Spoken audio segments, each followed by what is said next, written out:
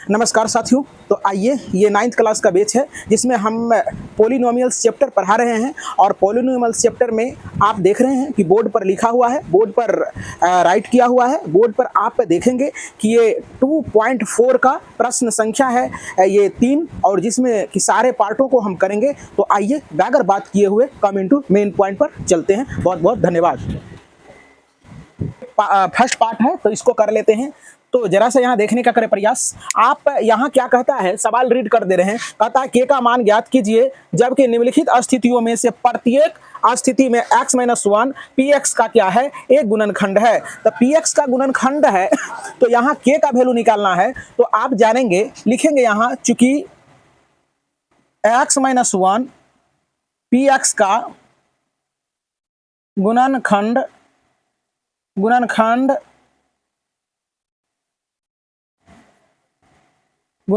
है, इसलिए आप क्या करेंगे कि x - 1 बराबर आप 0 करेंगे और यहाँ देखेंगे कि x बराबर ये उधर जाएगा तो आपका 1 हो जाएगा।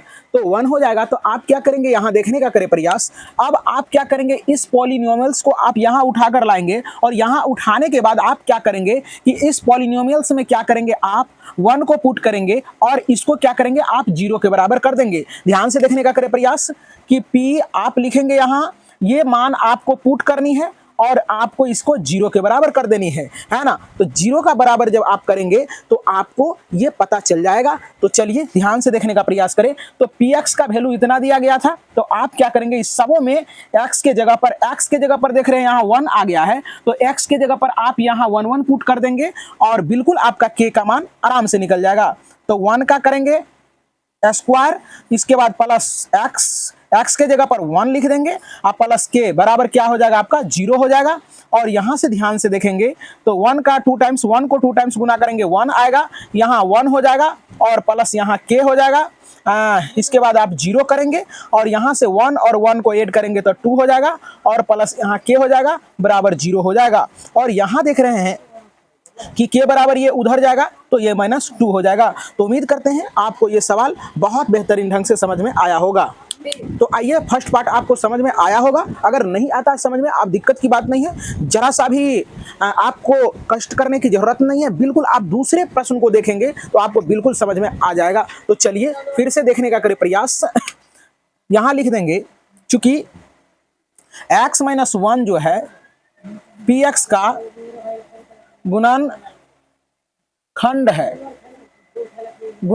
है, तो आप क्या करेंगे यहाँ कि x - 1 को आप 0 के बराबर करेंगे और यहाँ से क्या हो जाएगा, x बराबर आपका 1 निकल जाएगा। अब आप क्या करेंगे कि x के px के जगह पर आप पॉलिनोमियल्स को पहले लिख दें। px बराबर आपका क्या दिया है, यहाँ देखने का प्रयास करें कि 2x² प्लस kx प्लस √2। अब क्या करेंगे, ये पॉलिनोमियल्स उठा के हमने यहाँ रखा है और आप क्या करेंगे, x के जगह पर 1 रखेंगे। तो यहाँ 1 जब रखेंगे आप, तो क्या करेंगे, आप ये पॉलिनोमियल्स का मान आप 0 कर देंगे। तो यहाँ हो जाएगा क्या, 0 हो जाएगा। यदि आप ऐसा नहीं करते हैं तो आप 1 रखते भी जाएंगे। 1 रखने के बाद आपको लास्ट में क्या करना है कि आपको इसको 0 करना ही होगा।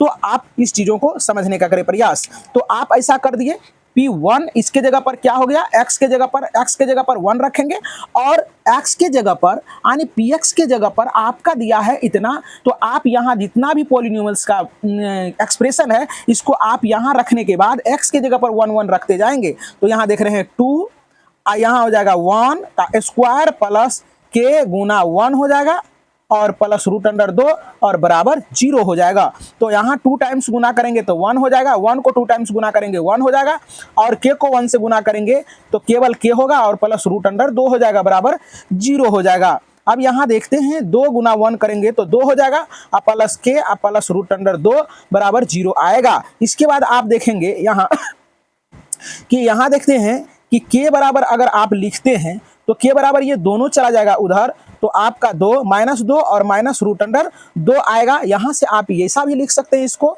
आप k बराबर आप ऐसे भी छोड़ सकते हो, नहीं तो माइनस कॉमन लेके यहाँ हो जाएगा √2 प्लस 2। ऐसा सुंदर लगने के लिए आप लिख सकते हैं, आंसर मिलाएंगे, या चाहे आपका यही होगा या चाहे ये होगा। तो चलिए अब कर लेते हैं हम लोग। पार्ट नंबर 3 है, तो पार्ट नंबर 3 में आप लिखेंगे, आप देख रहे हैं कि ये जो है आपका इसका गुणनखंड है। ध्यान से समझने का प्रयास करें, बिल्कुल कोई भी प्रश्न डिफिकल्ट नहीं होता है। यदि आप चीज़ों को समझते हैं तो आपके लिए बेहद आसान होगा। तो चलिए आप लिख देंगे कि यहाँ चूंकि दिया हुआ है कि x माइनस 1 जो है px का गुणनखंड है, ये गुणनखंड है, लिख देंगे। तो गुणनखंड है तो क्या हो जाएगा कि x माइनस 1 जो हो जाएगा ये 0 के बराबर हो जाएगा और यहाँ से x का वैल्यू आप निकाल लेंगे तो 1 हो जाएगा। अब देखते हैं पॉलिनोमियल्स जो दिया है, px बराबर देल है kx square minus 2x plus 1 दिया हुआ है।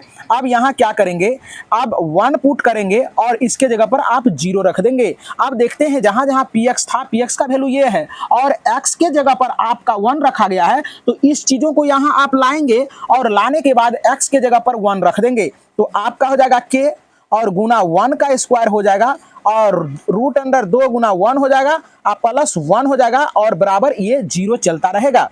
तो ध्यान से देखें तो k इसको 2 टाइम्स गुना करेंगे 1 हो जाएगा और इसको 2 गुना 1 करेंगे, रूट अंडर 2 गुना 1 करेंगे तो रूट अंडर 2 प्लस 1 हो जाएगा बराबर 0 हो जाएगा। तो यहाँ हो जाएगा, ये क्या हो जाएगा, k हो जाएगा माइनस रूट अंडर 2 और प्लस 1 बराबर 0 होगा। आप क्या करेंगे, k को इधर छोड़ देंगे और बाकी चीज़ों को उधर कर देंगे तो ये आपका हो जाएगा रूट अंडर 2 और ये हो जाएगा माइनस 1। तो उम्मीद करते हैं कि यही आपका उत्तर होगा और आपको समझ में आया होगा। तो चलिए अब आपका पार्ट नंबर 4 रह गया है और ये लास्ट है। अगर नहीं समझ में आया है तो फिर से मैं कह रहा हूँ कि इस सवाल को आप देखेंगे और अंत भला तो सब भला, चलिए आप सबों का भला होगा। तो आप देखिए कि चूंकि लिखेंगे x माइनस 1 px का गुणनखंड है तो आप क्या करेंगे, जब ये गुणनखंड है तो आप क्या करेंगे, जरा ध्यान से देखने का प्रयास करें कि यहाँ लिखेंगे आप x माइनस 1 बराबर 0 कर देंगे और यहाँ से x का वैल्यू 1 निकाल लेंगे और पॉलिनोमियल्स जो है px बराबर आपका जो दिया है kx square minus 3x plus k दिया है। आप क्या करेंगे, यहाँ 1 पुट करेंगे तो P1 लिखेंगे और देखने का प्रयास करें, इसको आप 0 के बराबर कर दें, है ना, 0 के बराबर करेंगे और इस पॉलिनोमियल्स को सीधे आप यहाँ उठा के लाएंगे और यहाँ से लाने के बाद देख रहे हैं कि x के जगह पर 1 है तो सभी x के जगह पर आप क्या करेंगे, 1 पुट कर देंगे।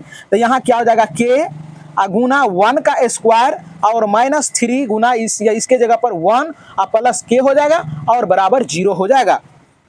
तो यहाँ देखते हैं k और 2 टाइम्स गुना करेंगे तो 1 हो जाएगा और माइनस यहाँ 3 हो जाएगा और प्लस k बराबर 0 हो जाएगा और यहाँ हो जाएगा k माइनस 3 प्लस k बराबर 0 हो जाएगा। और यहाँ से आप क्या करेंगे कि देखेंगे, यहाँ से देखते हैं कि 1k और यहाँ 1k तो आपका 2k माइनस 3 बराबर 0 हो जाएगा और यहाँ क्या हो जाएगा, 2k बराबर 3 और यहाँ k बराबर आपका 3/2 हो जाएगा। तो उम्मीद करते हैं कि ये प्रश्न आपको सारे प्रश्न समझ में आया होगा। अब चलते हैं प्रश्न संख्या 4 पर। बहुत बहुत धन्यवाद।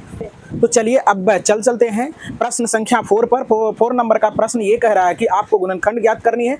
तो गुणनखंड ज्ञात करनी है तो ये गुणनखंड आप 8वीं क्लास में भी सीख रखे होंगे और नहीं सीखे हैं तो आप यहाँ सीखने का करें प्रयास। देखिए जरा सा, इस तरह के प्रश्न को बनाने के लिए आपको तरीका क्या अपनानी है। इसमें होता क्या है कि फर्स्ट और लास्ट को हम लोग गुना करते हैं और गुना करके और बीच जोड़ घटा के बीच के बराबर पुराते हैं, है ना, इसका यही रूल है। तो जैसे एक बार आप रफ कर लेंगे, ध्यान से देखने का प्रयास करें, रफ हम लिख दिए हैं। जैसे इसको और इसको गुना करेंगे तो यहाँ देखने का प्रयास करें तो 12x स्क्वायर होगा और 12x स्क्वायर को आपको ऐसे तोड़ना है कि आपका जोड़ घटा के आपका हो जाना चाहिए 7x के बराबर। तो इसको आप जब तोड़ेंगे तो और गुना करने के बाद 12x होना चाहिए और जोड़ घटा के तो 4 तिया 12। आप क्या लिखेंगे कि 4 तिया तो 4x और 3x। देखिए जरा सा देखने का करें प्रयास, इस दोनों में अगर माइनस हम लगा दें, देखो जरा सा, तो ये दोनों को अगर आप जोड़ते हो तो 4 3 7x हो जाएगा और यहाँ आप दोनों को गुना कर देते हो तो माइनस गुना माइनस प्लस और 4 तिया 12x स्क्वायर उड़ जाता है। तो इसका मतलब है कि आपका ये कंडीशन सूट कर जाता है। तो 12x स्क्वायर माइनस 4x और माइनस 3x प्लस 1 हो जाएगा। अब देखते जाइए यहाँ ध्यान से। अब यहाँ से क्या करते हैं, हम लोग दोनों का ग्रुप लगाते हैं और दोनों में से कॉमन लेने का प्रयास करते हैं। तो इसमें क्या है इसमें 4x है, 12 जो लिखा हुआ है, 12 जो लिखा रहता है तो 3 गुना 4 रहता है ना। तो आप यहाँ क्या करेंगे कि 4x कॉमन लेंगे, तो 4x से जब इसमें भागा देंगे तो यहाँ 3x बच जाएगा, और आप यहाँ पूरे कॉमन ले लिए हैं तो नहीं कुछ तो -1 हो जाएगा। यदि आपको यहाँ समझ में नहीं आ रहा है तो आप क्या करेंगे, ध्यान से देखने का प्रयास करें कि 12x स्क्वायर में जो कॉमन लेते हैं उससे आप कटा दें, तो 4 तिया 12 और x से x कट गया तो 3x बच तो गया 3x, है ना। तो यह वही 3x हो गया, और 4x में 4x से भागा देंगे तो ये कट के 1 हो जाएगा, इसलिए यहाँ 1 लिखा गया है।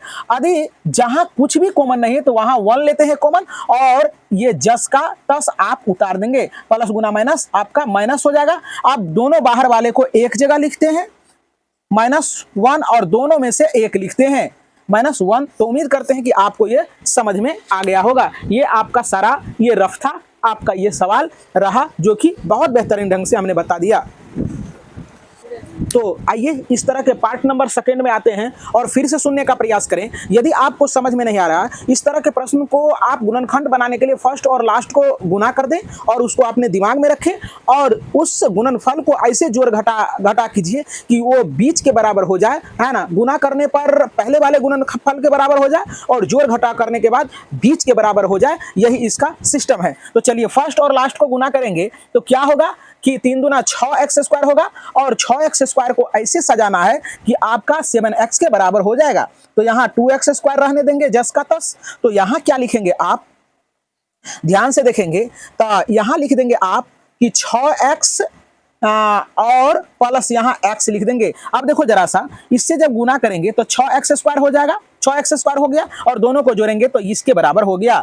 तो आपका यहाँ 3 हो जाएगा। यहाँ से कॉमन लेंगे तो कॉमन लेंगे, लाइन कट गया।